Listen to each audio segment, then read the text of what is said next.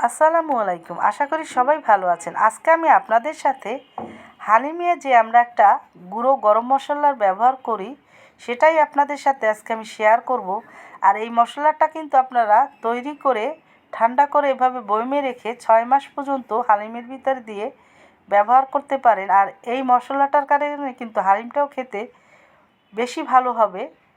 এখন যে মশলাগুলো আমি এই মশলাটা তৈরি করার জন্য নিয়েছি, তেজপাতা নিয়েছি 7-8টা আস্ত, ধনিয়া নিয়েছি আস্ত আধা কাপ, জিরা নিয়েছি 1/3 কাপ আস্ত, লবঙ্গ দিয়েছি 12 থেকে 14টা, কালো গোলমরিচ আছে 1.5 টেবিল চামচ, জয়ত্রী আছে 2 চা চামচ, এলাচি আছে 20টা, একটা বড় সাইজের জয়ফল এনস্টার মশলা আছে 4টা, দারুচিনির ছাল আছে 1 ইঞ্চির মতো 20টা, মিষ্টি জিরা এটা দিয়েছি 1.5 টেবিল চামচ এবং রাঁধুনি দিয়েছি উঁচু করে নেওয়া 1 টেবিল চামচ।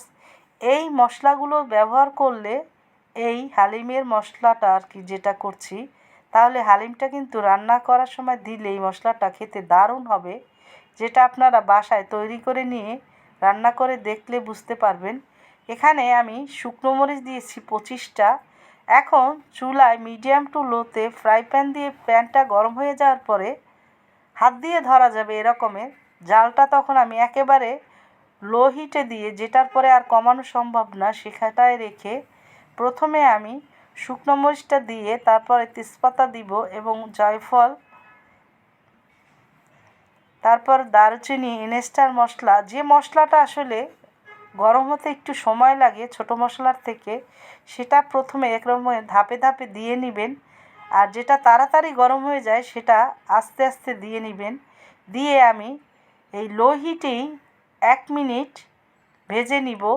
জাস্ট মশলাটা একটু গরম হবে, তবে কিন্তু পুড়ে যাবে না বা বেশি হিটেও জাল দেওয়া যাবে না আর কি, গরম করা যাবে না মশলাটা, তাহলে এর স্মেলটা তাড়াতাড়ি বের হয়ে যাবে, যে কারণে আপনার হালিমটা কিন্তু তখন খেতে ভালো লাগবে না, আর এটা বেশি দিন রেখেও তখন খাওয়া যাবে না।